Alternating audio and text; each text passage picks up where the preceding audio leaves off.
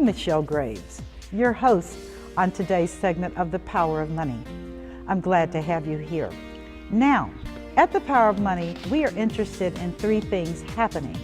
First, we want you to get the necessary education so that you and your family can make the decisions that will impact positively on you in your financial life. The second thing is that you be empowered to prosper. I only want the best for you. And you can only get that if you have education and then the drive to make it happen. And the third thing that is so important to me is that you recognize that life is more than a journey and that you be energized so that you can begin to participate in the truly joyous experience of living. So here's to empowerment, here's to education, and here's to energy. I'm Michelle Graves, your host, Power of Money, and here we go.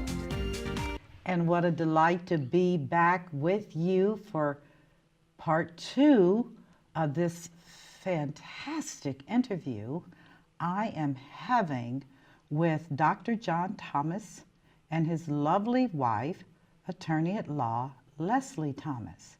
And why are they on my show? Because they bring such a richness to the conversation about marriage. When 1 in every 2 marriages is blowing up and Christians lead the pack, what the heck is going on? And what can we learn by talking to a couple such as them? And let me just be real clear about it. If you watch the first segment, whether it's on YouTube or whether it's in the markets that the show currently airs, this is not a couple that's caught up in the clouds somewhere. They deal with people as a normal part of their business and practice. She is an attorney specializing in family affairs, including divorces and estate work and children and everything. And Dr. John Thomas, as a psychologist, who again has almost 30 years of experience, boots on the ground with people, especially around relationships and family. Both of them bring a perspective that is absent, for the most part, in our environment today. People are floundering. They're looking at role models on television. Really? Oh my God. You crazy. Crazy. Okay? And the fallout from failed relationships, which is pulling your dead corpses into another relationship. So this second segment, I want to get down to the nuts and bolts and how-tos and what we need to do. And do I believe in marriage? Absolutely. I am a single woman. I have been married, and I can tell you, based upon what they shared on the first segment, it's very empowering, okay? Things that our parents didn't tell us. My parents didn't tell me this kind of stuff. They were just in love with each other, and we as the children were byproducts. And when I say bye, it's like bye. Bye! And don't come back either, you know? And so, as a result, I'm going to go into segment 2 today with this couple, this remarkable couple. Do pass it around for others. You can go to YouTube and listen to it, Power of Money with Michelle Graves and Dr. John Thomas and Leslie Thomas. And you can, again, listen to it over and over and over. I'm going to post it because it's that important to me that people stop playing with each other's lives. This is serious stuff out here. And when you start messing with relationships and you've got children and grandchildren and parents, and what a conundrum. What a mess. So, without further ado, I'm going to make introductions again. And this is part 2 of The Power Couple. And here we go. And how are you? I'm fine, Michelle. Thank you for And having how are us. you, Dr. John? I'm fine. Wow. That last show was something. Yes, we enjoyed it. Oh, I know you did. So we're going to get deeper into this thing with family and relationships, and give me some challenges that you all have had to face without digging into your personal business. Although with internet today, one begins to wonder, what are some of the challenges that you all have had to make your marriage sustain? Well, I can tell you one that just right off the top. Okay. We were married a couple of years, and we went to Detroit for a wedding. Okay. And we got a hotel or something out in Southfield, Detroit. Okay, I definitely know North Detroit Southfield. land. Sure I do. And Lovely. My wife is what I would call sedity. Oh my goodness. Oh, she's sedity. No. She's sedity. She's cultured and classy, No. as everybody can see. You know, and so Detroit's my old stomping ground. So we got up on Saturday morning, and I'm going to go get some breakfast. Okay. Take my bride to get some breakfast. We were married about a year? About a year. Yeah, okay, a year And into so- this. Yeah, and so I took her to IHOP. Okay. Okay. And we got to we stood in line for a long Detroit. time. Detroit IHOP. With Southfield IHOP. Boing, Boing. boing. Yeah. And so we get to IHOP, and we stood in line for about 15 minutes. Then we got to, where we could look at the menu. And so my wife said, I don't eat this kind of food. Oh, Leslie! Pow! I don't eat that. I don't eat sausage and pancake and syrup. I don't eat that kind of food. Oh, stop it, Joe. I didn't say it like that. Well, you hear her voice. Yeah. I know it was soft, but it was Yes. quite specific. Yes. I know. And so I said, You did tell her we in Detroit land. we in Detroit land. Okay. But when she looked at the menu and said that she didn't eat that kind of food, it was like a million years went by in my mind. And I was shocked. I said, what? We stood in line for a long time. I know you did it. And where am I going to take her at this time of the day? So I regained my composure. I bet you did. And I said, okay, well, let's go inside and see what we can do. So we went inside, and I got her salad, 2 or 3 salads, because you can get salads You a la can. carte. Okay. And I got her fruit a la carte and made her a brunch of fruit and salad a la carte.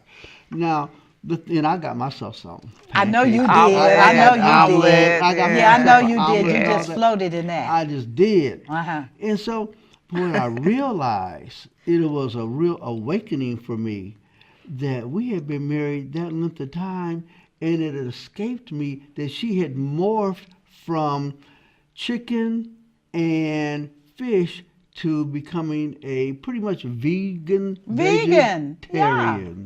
Vegetarian. And I said, well, how did I miss that? And that was in how I missed it, Michelle, was because whatever she gave me to eat, I ate. I got you. I didn't think about it. Whatever she put on my plate to eat, I just ate it. And she, for herself, she made her own plate. And what she did, over time, she gradually went from chicken and fish to vegan. What do you think, honey? Well, I think the other part of that story, Michelle, is Okay, let's hear the truth the now. other part of the story is, when you're with someone and you're in their old stomping ground, so to speak, and their relatives and friends, you have to say, okay, when in Rome, you try You to do try. as the Romans do. But sometimes you get to the point where you just can't, I can't do it anymore. I hear you. You don't have to talk about pigs, Right. okay, and what all that Yeah. means culturally. Right, right. So, but that's part of the relationship. It's like, okay, well, I'm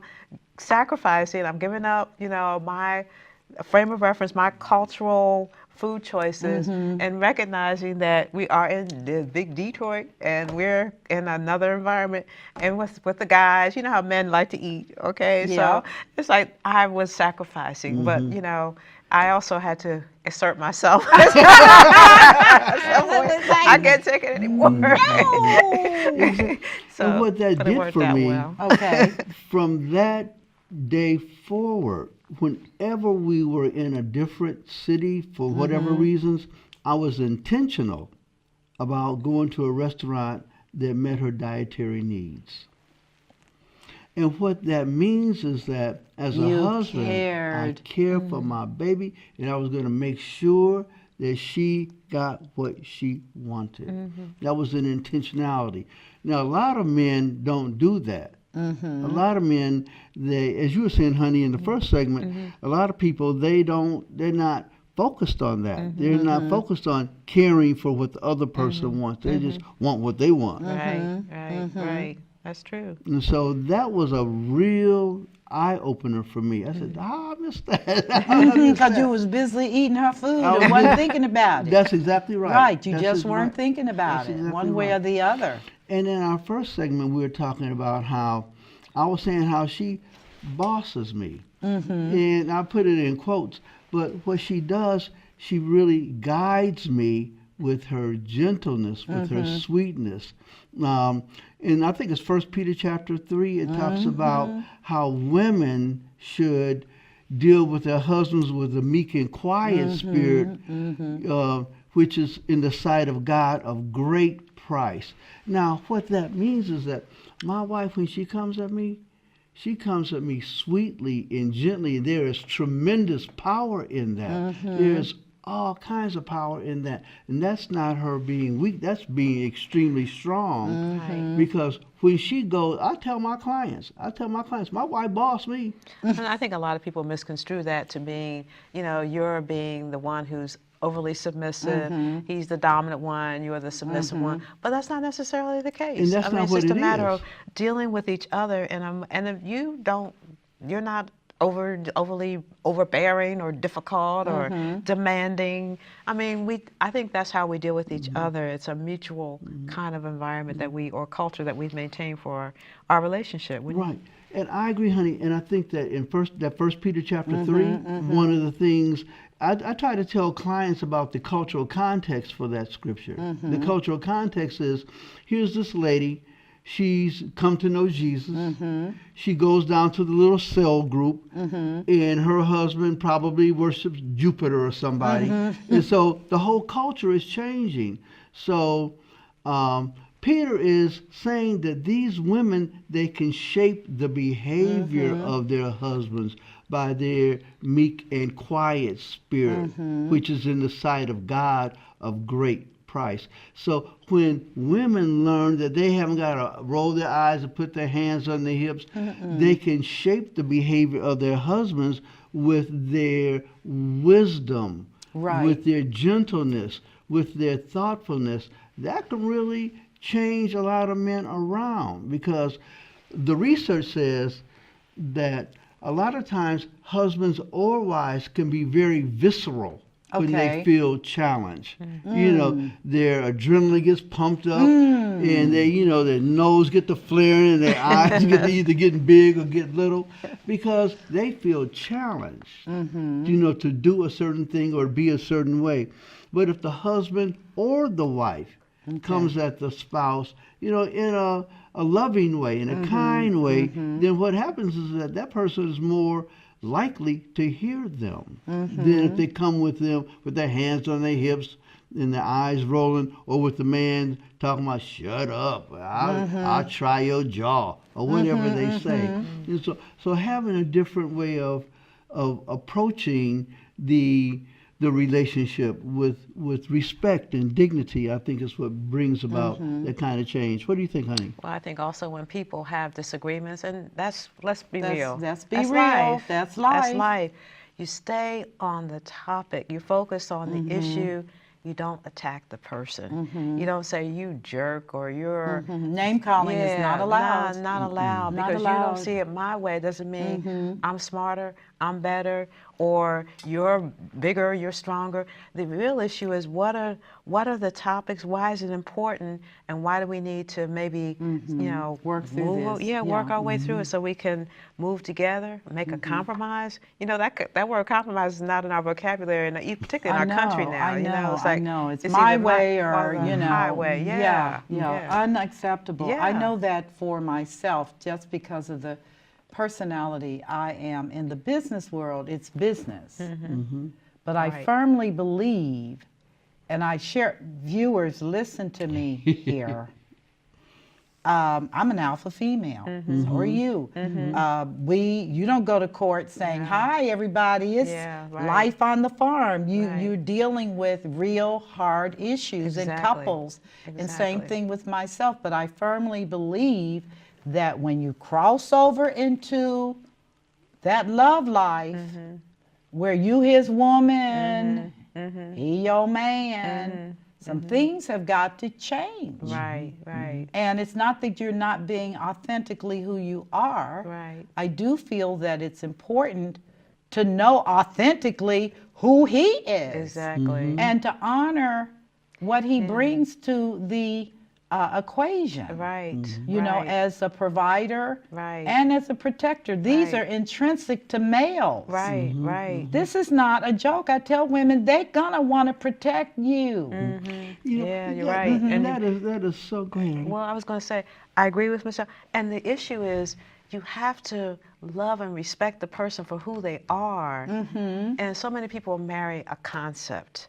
They marry someone. Concept. Yeah, somebody Oh. who's handsome and strong, or someone who's beautiful, but you don't get along with that person. You don't like that yeah. person. That person is not your idea of what a man or woman should be.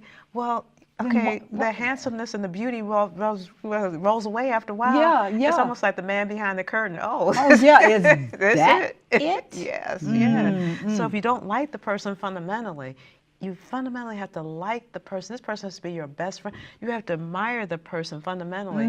Then you're going to get off track somewhere. Right, Somewhere. right. So when you like the person, you're constantly feeling like, well, I can boost this person up. I admire this person. I love this person.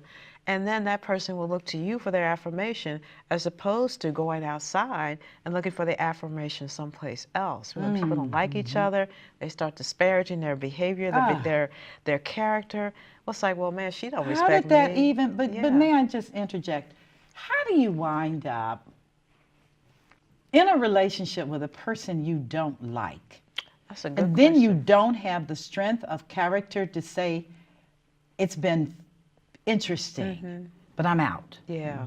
How does that happen? I think as you know, Leslie says that they marry concepts a lot of times. Concepts. I have to remember Concepts. that term. They marry concepts. You want to talk more about that, honey? You know, I Well, gave my part. I think that a lot of times, I saw a couple this past week, Okay. and this is my third visit with them. Okay. And at the end of halfway through the first visit, I told them, I don't think y'all need to get married. Okay. They came for premarital counseling. Okay. Because she doesn't spend a lot of time with him when they're on the phone. There's a lot of silence. You know, he wants to boss her children. You know, she seems depressed when he calls. I said, "Why y'all getting married?" Why? Yeah, And she's it's bad. running off trying to get a dress and all that. So you're talking about a dress, and you don't even, like my wife said, you don't even like each other. What is this? They're about? marrying the idea of being being married. It's the idea of being married that this woman wants, and it's his idea. Maybe he's like Harpo. He wants or Mister.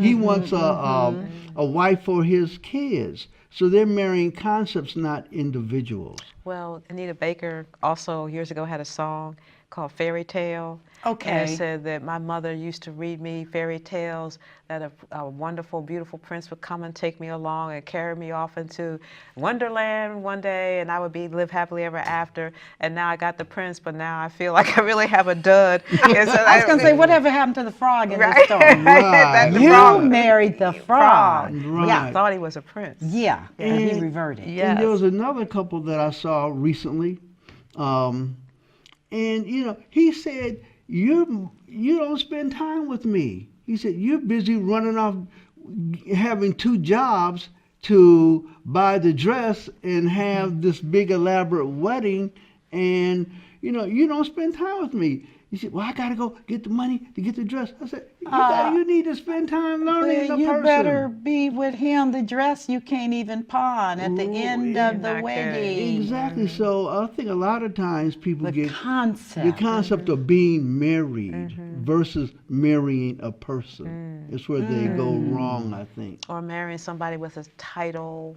Like I'm married to a doctor, I'm married to an attorney, I'm married to a big engineer, I'm married to the CEO. Someone has a big position in all these various companies that all around town. Or a person who's got a good blue collar job Yeah, who's making some right. good money. Good Well, money, some of them, yeah. some of them make a With lot of money. with You're a right. good blue collar job. You're right. Yeah. Yeah, some of them make six figures too. Yeah. Oh no, Yeah.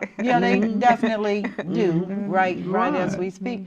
But the thing that I find of greatest concern, and I want to turn this into where we go from here, is the parents didn't teach it. This is on culturally white people, black people, Latino. Nobody told anybody this, which is Barbie is a doll and Ken is a dud. And those fairy tales aren't the truth. Right. They aren't. So how does a girl frame her perspective to deal with the potential of never being married? Because the reality is there are a ton of women and not as many men. So does that mean she lowers her expectations because of the scarcity of males in the play? Well, I say, Michelle, one of the issues that so many women find themselves in the sea of women who are never married is because they never really rise above to the other group of women to distinguish themselves. And what does that could mean many different ways. It could mean developing yourself as a person, finding out, getting the best education you can, developing yourself and your hobbies, being active in the community, participating in various endeavors in the community, doing political action work, doing volunteer work, doing work with the church. There's so much stuff that needs to be done so that if in fact you find yourself and you don't seem to be able to find a mate, then engage yourself in other things to keep yourself active and productive, keep your mind active and productive. And I think that will maybe help distinguish you, but it also will help build up you as a person. Who you are. Yes, yes. The person that you Yes. are. I totally agree with this. I've had many people, males especially, say, well, there's a lack of males. I said, there's always been a lack of quality males. Right. As well as there's a lack of quality females. Yes. The rest is one big pot. You're right. Okay, go for it. Jump in and go for it. But if a person is a thoughtful individual, they will recognize that the most important thing you can do is do you. And I'm not saying it in a narcissistic selfie, click, Right. click. I mean, Right. I don't want Right. to see another selfie as long yeah. as I live. I know. Stop it. Right. I mean, come on. Do something that's good. And I do agree that it's very important that you spend time learning what you really like and what you really don't like. Right. And that would eliminate a lot right there. Right. Okay? And I think it's also important for a person to understand their background and how their background influences their choices of a potential mate. Give me more. I think that a lot of times people go through what we call the repetition compulsion. And people repeat their family of origin patterns, whether it's good Whoa, my or whether it's goodness. bad. Like when I met Leslie. Yeah. In some ways, she was like my mother. Wow. She was like, my mother's beautiful, my wife's beautiful. Right. My mother was educated, my Yes. wife's educated. Yes. My wife is spiritual, my mother was spiritual. So in some ways, I'm replicating the kinds of growing up with a woman that was comfortable and loving and good for me. And when I met her father, you know, I recognized that he and I were alike in some ways. A lot of ways, You know, yes. like Really? how, honey? Well, you see how my husband dresses. He's Yes. always dressed very, very nicely. My father used to take a lot of pride in his dress. Yes. Used to go to like John Wanamaker's was a major stores in Oh, Philadelphia yes. at that Oh, yes. time. Oh, yes. The men's store. And he said, you buy the finest of clothes. He used to tell us, see, look at this is the finest of stuff. He used to take a lot of pride in his clothes. He was a thoughtful man. He was a man that loved knowledge. He used to take us to the libraries, take us to the museums. Philadelphia's one of the, what's the Oh, fourth my largest city in the country. They have museums everywhere. He used to take us there. Outdoor music concerts, to the opera. He used to say, see, listen, me and my sister, we're twin sisters. Listen, girls, this is Beethoven, and this is this and that Yes, yes. Tchaikovsky. And he used to love that stuff. Plus, he used to love jazz Yes, and Count Basie yes, and yes. all those great jazz Yes. persons. So that's the kind of diversified background that we came from, and that's the kind of background my husband has. I mean, he loves jazz, he Yes, loves opera, yes. he loves dress. He's a thoughtful, learned man. He's a sweetheart, and so And you in love. yeah. You in love. Yeah. So I repeated my family of origin. Yeah, and sometimes people, they have this subconscious desire to repeat the family of origin pattern. Okay. We call the repetition compulsion. The repetition compulsion. It's a subconscious desire to repeat that family of origin pattern. Now, sometimes that can be good, sometimes that can be bad. Sometimes people are accustomed to the negative, the drama. My wife was talking about Baby Boy the other day. Yes. That's a movie. It's about a young man who's like 25 years old. Okay. And he's Called at Baby Boy. Baby Boy. Okay. Yes. There's some pretty good actors in it. Taraji Henson is in it. Okay. Snoop Dogg is in it. Some pretty well-known actors. But Okay. anyway, it's a young man at the real major part of his life where he's living with his mother. He's in his mid-20s. The mother is a young-looking mother. In other words, she had him when she was young, so she doesn't look like a mother, somebody who's 25 years old, where so many African American women look wonderful. I totally agree. They have these I older totally children. agree. But she wants to move on with her life. She wants to establish this relationship with this guy, and he wants to move in. Ah. And she wants the son to move out. Oh. And he's arguing with her, no, this is my home. You owe it to me. This is my home. I deserve to be here. But that there's this imagery of him like actually recreating the birth situation coming out of the womb, but it's a grown man coming out of the womb. It's a grown man. Yeah, a little right. bit different. Right. Okay. Very, very different. But it talks about the stages of life and how people have to transition in life, and so and all the issues in the black neighborhood. Yeah, the so black men experience. and women can repeat their family of origin positively or negatively. Okay. And what they need to do is to, if a woman, for example, finds herself being connected to the same type of guy, then she needs to ask herself, why? Why? Why? Am I repeating my relationship with my daddy because I didn't have a good relationship with my daddy, so I get with somebody and that relationship breaks up because my relationship with my dad broke up?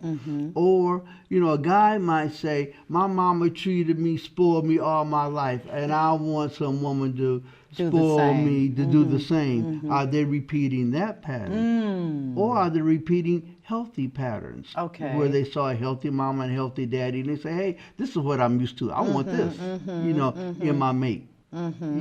So I think when people begin to look at that, What they want. what they think they want, Okay. Okay.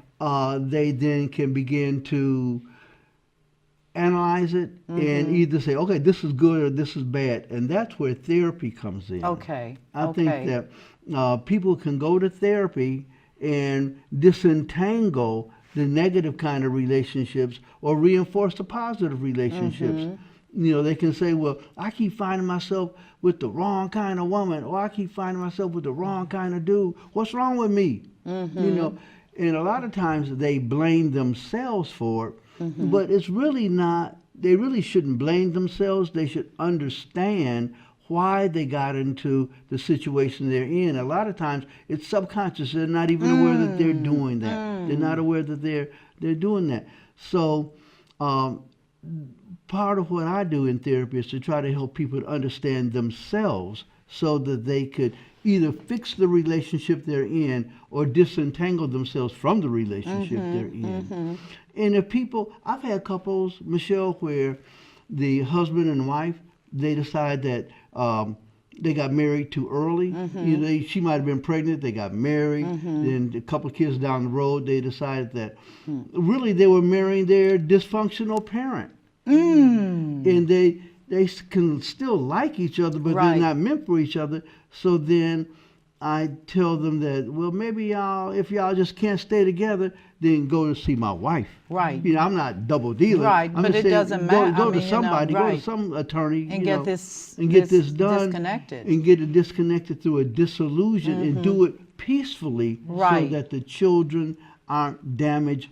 The Right. good that you had in your relationship isn't damaged. And my wife is, I think, excellent in trying to create situations where people don't have contentious divorces. What do you think, honey? Well, yeah, I see divorces where people, believe it or not, they're amicable.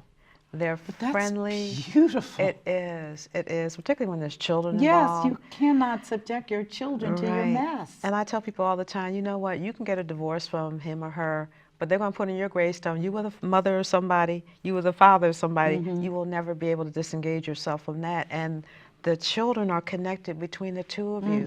They didn't ask to come here. So many couples do recognize the wisdom of that. I had a couple yesterday where they went through a dissolution. Even the magistrate said, I commend you all, because I can't tell you how many couples come in here and they're fighting and they're clawing at each other. It's so refreshing to see a couple who can talk and communicate with one another. And as opposed to people getting down there and arguing over the $50 alarm clock, you know, let's get real, folks. Let's move on. really? Yes. Yeah, So yeah. we love it when we see, sometimes people just can't go on together. They recognize that. They got married for all the wrong reasons, or they were very young when they got married, and they just grew apart. That happens, that's life. And so if in fact that happens and you realize you can't get off track, try to stay on some reasonable track civilly with that person. And the other reality is people have made friends with the family members. Right. The mother-in-law say, that's still my daughter. I still love her. Right. That's still my son. Right. Or, you know, we still go fishing together, the two brothers or whatever. You can't destroy people just because your relationship failed. But I think what you said, getting back to the family again, an extended family and the blended family, Right. where you've got literally children from multiple relationships, Yes, you some do. married, some outside of marriage. Yes, you do. And yet, in the midst of this, we have to be mature enough to recognize that love does not have boundaries like Right. that. They're not artificial.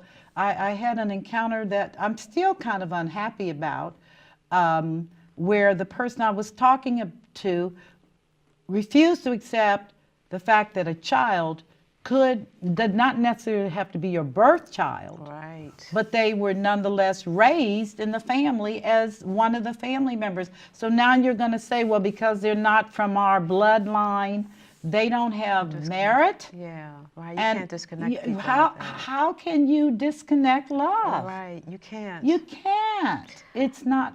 So Yeah. it was a very challenging conversation and caused me to think how many children are put in weird situations where they have to come and see him in 20 years because they're crazy Right. because the family couldn't make the love connection. Right. How can a child function like that? And you know, another thing, just on that same vein, Michelle, I see women who have had multiple relationships. It happens, that's life.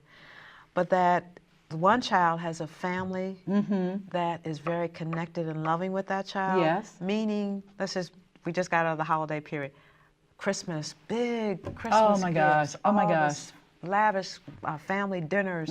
The other child sitting at home with nothing. Nothing. And that's so hurtful. And the mother may be trying her best to say, well, come on, let's do this, that, and the other. But they realize, well, my brother or my sister's out and I don't have a With chance. their family. Yes, where's how my do dad? how do you reconcile that there? It's very hard. Now, sometimes people are loving enough to say, no, let the other child come because I don't want to hurt that child. Right. That's a loving heart. But some people say, no, this is just my Well, this blood. is what the Yeah. dynamic Right, where I said, right. oh, wait a minute. Yeah. I'm a person that loves. Mm-hmm. I believe that love heals, mends, connects. Mm-hmm. And when it comes to children, and of course you can attest to that, all this craziness starts when they're It children. does. You're right. Somebody did something You're to right. spin that child into something else. You're right. You're right. And then here you are with your sanctimonious, Mm-hmm. Bible-toting, cray self talking about, well, that's not my child. Right. Excuse me. Yeah, that's not. What? That's difficult. That's hard. Yeah.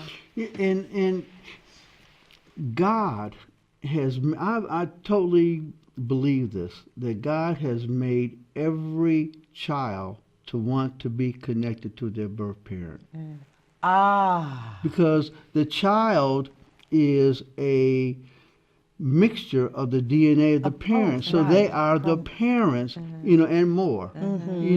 So when a child is born and grow up and they're not connected with their parents or their parents' family, they then feel like, what on earth is wrong? Because I'm supposed to be connected to my family, to my mama, to my daddy, to their family. And if I'm not, then it takes me a long time to help people to disentangle what God wanted to happen in the first place. And it takes my wife a long time to try to mend it so that they can have some visitation, so that child support is paid. What do you think, honey? Yeah, I don't get these mothers who they have relationships with these guys. These are not like one night stands for most of the people that come to my office. And then yet they don't want the child to have a relationship with the father because they're angry that their relationship failed. And it's like, but the child. But that has nothing to do with the baby. Right. The child deserves to know both parents. Right. But a lot of people try to cut that off, or they're angry that the father has moved on and he now has another quote unquote relationship. And the mother, who I guess had aspirations for a greater relationship with the father, she's left behind. And so she's angry. So that's all us very, very, very, very But hurtful. my concern, and I only say this because starting tomorrow, I will be doing reading for kindergartners. Oh, okay. Once a week, I'll be reading at your church. Ryan Temple. Oh, good.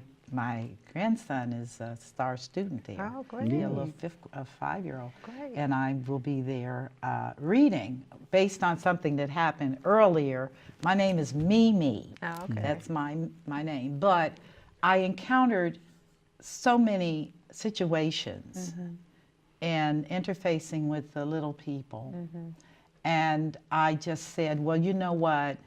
I'm going to commit to do this and to touch and to hold and to affirm who they are. No, great. It does, because at this point in my life, I am so aware that children are the baggage. Oh, you're not kidding. The baggage Of the parents. of the yeah. parents. Yes. And that if a child does not know love, how are they going to do marriage? They're going to do hurt. Oh, They're God. going to do brokenness. That's what they're going to do. You know, Michelle, and I think that in terms of African Americans going for psychological counseling, Yes. I think that, we say, oh, black folks don't go to counseling. That's not true. A lot more African Americans are going to counseling than we want to acknowledge. Also, I call myself a media anthropologist. Okay. In that I look at what's on TV and I analyze what's on TV. And we have a lot more reality shows that are really based on people going to therapy. All those people going to those mansions, and all these celebrities are posted up. You know, these couples going through and working through their issues. That's therapy. That's therapy. There are a lot of movies that have come out through the years where black people have been in therapy. So people have insurance. They've got medical. A lot of people have medical insurance that will allow them to go for psychological counseling. They might have a deductible to pay, or they might not have a deductible to pay, or they might have a minimum copay, or they might be able to go to a place where they can work through some kind of payment arrangement, or there's some kind of Medicaid programs for people. But a lot more African Americans are going to counseling than ever before. I'm so happy to hear And that. what Please. what happens is that as African Americans go to counseling, then they can work through some of the issues that they have related to abandonment, neglect, rejection that they pass down from generation to generation. And the more we go for counseling to work through the pain and the issues, the more healed we'll be as a people. And a lot of African Americans do take advantage of counseling. Well, on that subject, give me a phone number. My phone number is 513 Okay. 961 5682. Dr. John Thomas, John H. Thomas, don't forget the H. But you are also on internet. I mean, Yes. people can find you. Yes, it's Dr. John H. Thomas at gmail.com. Yeah. Yes. At gmail.com. They can respond to you in that way, because I can certainly see this as a real issue. I absolutely believe that we have to address families. That's been my issue for years, which is when you realize that your normal is not somebody else's normal. Right. Yeah, Yeah, go on. I've had girls who've come to me saying their fathers have like 10 children. Oh, yeah. 10 children. Honey, you seen that? 10 children where? With one wife? No. No, 10 children as in 10 children scattered around the community. I had one woman come in and say, I asked the mother, where's the father? Do you know him? She said, well, we know him, but well, he's not really paying child support. He has 16 children. 16 children. 16 children. So you think you're going to get a child support payment out of him? I don't think so. I don't think so. Not unless he's Donald Trump's brother, okay? And he Right, has a lot of right, money. and has a lot of disposable. Right. Yeah, So 16 children. Other people come in and say, I have 10 children, 11. It is just, oh my gosh, amazing, because even if, forget the money, even if you had the money to take care of all those children, you don't have enough time. You don't have the time to take care of the children in the manner in which they need to be taken care of. And I'm sure some of these children are boys, so boys and girls can benefit from the involvement of their father in their life. That's statistically, psychologists, I've gone to seminars for law, and they say boys and girls benefit from the father being involved in their life. And when they're not involved, it creates a big hole for the children. That's who you heard. Their collateral damage. You're right. It's baggage. I'm just so intense about that, because I was blessed to have an amazing father who's an alpha male. So, you know, we were raised with strong support systems. My father said you can do and be. He was my first banker when I opened up my private practice. And he said, you don't have to go to the bank, I'm the bank. And he wrote the checks. And what did that do with me as a female? It was so edifying. It was so, it gave me a boost in the world of business, which is brutal. World of business is brutal. But for an alpha female, she has to have either one or two kind of men. She got to have an alpha male who's assured of himself, who supports her being an alpha female, or just an alpha. You know, or she needs a beta, I guess I call him a beta male. Who's just quiet. Who's quiet, who lets her run the show because she's used to running the show. And he's good with her running the show. He can get in the little red wagon and she can pull him along, and she's comfortable pulling him along. And he's comfortable riding. There's a Yes. complementarity, or if that's a word, in their relationship because he's doing what he wants to do, she's doing what she wants to do, he's doing what he wants to do. They're complementary in that. Right. But if they bump heads, if they're both alphas and one's got to be the big alpha and one's Ooh-wee. got to be the baby, then they're not working that through. And especially when it comes to divorce and their children involved. And for example, the wife doesn't want the father to have visitation with his children. Cannot believe That's Can't when do that. Leslie That's comes hard. in and she helps them. She tries to counsel them to have visitation with their kids, to allow that visitation. Right. Now I say counsel them, but my job is not to tell them what Leslie Thomas thinks. My job is to tell them what the law in the state of Ohio is. says, which is a father is entitled, both parents are entitled to have a relationship with the child. You know, you have a constitutional right to have a companionship bond with your child. But no right. Say that again? you Say have that again. A constitutional right to have a companionship bond with your child. But no right is absolute.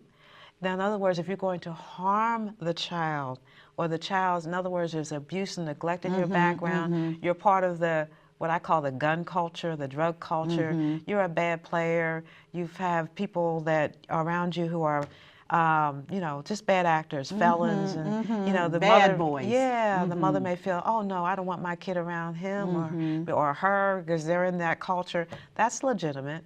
But most parents, for the most part, they're just, you know, trying to make it through. They're working, or they're trying to work, they're trying to survive. So they're not really bad actors. And if you have a child, a parent that wants to be involved with the child, how many people can say, I had too many people to love me, Michelle? Oh my gosh, we never get enough love. Right, We right, never get enough love. Right.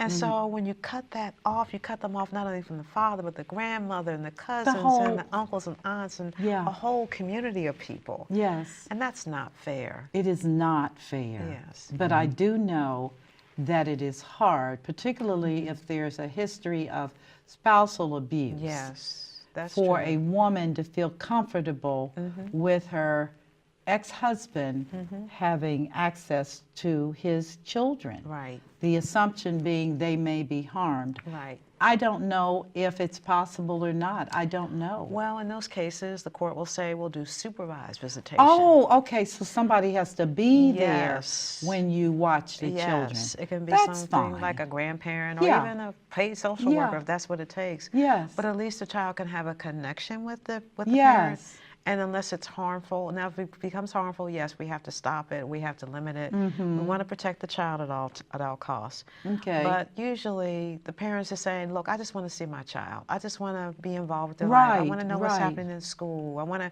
know what's happening in their lives. I want to be involved when they go to the basketball game or Yes, the prom watch or 'em whatever. grow yes, up. Yes, yes. Because you know there is an end game because you do yeah. estate planning. Yes, absolutely. There is an end game. Right. And that can be in the form of, you know, nursing homes Yes. and then progress unto death. Yes, you're right. You're And right. the saddest thing in the world, is to read a brief obituary. I'm like, you lived your entire life in one paragraph? Yeah, that's something. Isn't that? The children are listed, Yeah. but no connectivity. Right. And, right, and you're right. yeah, and you sit there, and I'm at an age now where I'm looking at all this, and I'm processing it from the perspective of legacy and eternity. Right. You want to die and go before God with this crazy stuff? Yeah, you're right. I mean, and I You're know right. people don't want to talk about it and they don't think about it, You're but right. there is an end game Right. here. There is. And, you're and, right. and to stand before God as an embarrassment when He lets you see the panoramic scope of your life Isn't that something? with your children and your mate and all this. Yeah. All the bickering. Yeah. Foolishness. And yeah. you're like, really? I've seen people in nursing homes that have 7 and 8 children. No one, No one comes to visit? no one. Oh, come on. No one comes to visit. Holidays, they Nothing. have children, grandchildren, nobody. And they're right here in the same city. It's not that these people are halfway across the country. They're right in this city. And you wonder to yourself, what kind of parent were you that you don't have at least one son or daughter or a grandchild that wants to come see you? That's really, really tragic. You are right. I'm just saying that from where I used to be chaplain at Alaska Acres in inner city Cincinnati, and I got involved in that for 5 years on a committed basis to pour into people, and I saw it so much that it just left me feeling very, very bad. Yeah. Because I said, what kind of life, especially the men, what kind of life did you live? Papa was a rolling stone. Oh my God! Wherever he laid his hat was his home. And when he died, All he left us was alone. Yep. All he left us was alone. And those kinds of songs need to be analyzed based on what you and Leslie are talking about in terms of the legacy that's left or not left. Yeah.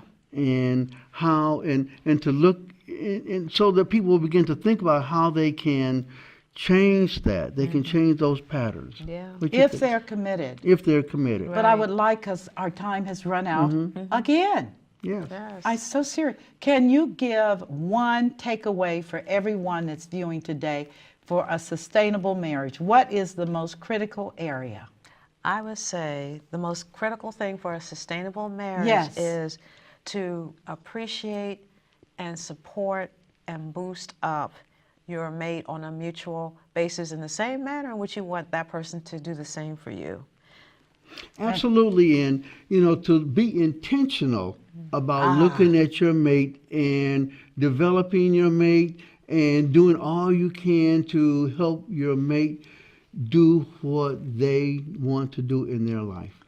And certainly the two of you, with your hand holding and love language, it's been a delight to have you both here in the studio to talk about marriage, relationships, and you're a powerful couple. Thank you so Michelle, much. we for love your you. We appreciate presence. you. You are an awesome lady. Yes, you are. Awesome lady. Thank you so much for having Oh us. no, I here. would It's not a have missed this for wonderful anything experience. in the world. It's important that we change the conversation that is out here today. It is not okay for women to be doing a lot of the things they're doing and men to do what they're doing. And we have children.